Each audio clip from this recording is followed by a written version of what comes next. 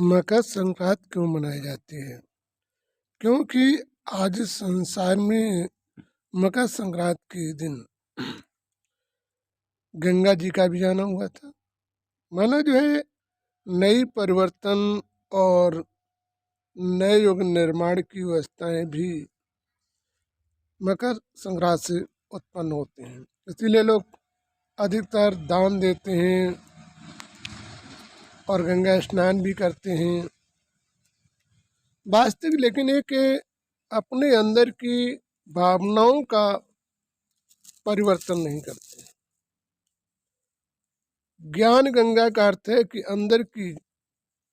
अंदर के अवगुणों को दूर कर ज्ञान की धारा अंदर बहे, जिससे तुम्हारे जीवन में जो लगे हुए अपराध व समस्याएं हैं उन समस्याओं को तुम पार कर सको।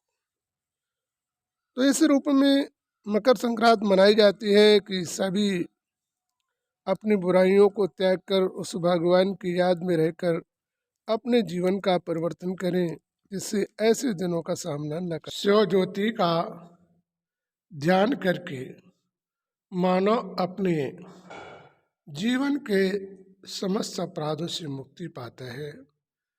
इसीलिए परमात्मा शिव निराकार ज्योति को संसार के समस्त धर्मों ने माना है। और इसीलिए जो है संसार में जो है मानव अपने कर्म व्यवस्थाओं से मुक्ति पाने के लिए परमात्मा की शरण जाता है। परमात्मा कहता है आत्मिक दर्पण जब तुम मेरे पर लीन होगा तब मैं तुम्हारे करीब होगा। इसलिए आत्मदर्पण को लीनता में लाकर तभी अपने जीवन का उद्धार कर सकते हो। जब तक आत्मदर्पण आपका उस परमात्मा में लीन नहीं होगा तब तक जीवन का उद्धार होना मुश्किल होगा। इसलिए वास्तविक हमें अपने जीवन में आत्मदर्पण को मजबूत करना चाहिए। आत्मदर्पण ही मानव जीवन की एक सुरक्षा है और आत्मदर्पण द्वारा ही मानव जीवन का उद्धार होता है।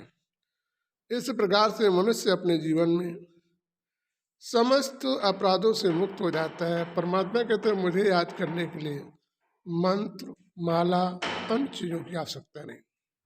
अपनी दृष्टि जो बीच में शिव प्रतिमा में लाल प्रतिबिंब बनाए इस पर टेका है, जिससे आत्मिक प्रकाश आपके अंदर बढ़े और जीवन में दुखों का सामना न करना पड़े। भगवान को भी लोग बगैर स्वार्थ के याद नहीं करते हैं। सच्चे मन से भगवान की याद करोगे, अपने जीवन के नियमों का सही पालन करोगे तो कभी जीवन में दुखों का सामना नहीं करना पड़ेगा। जय श्री प्रभु।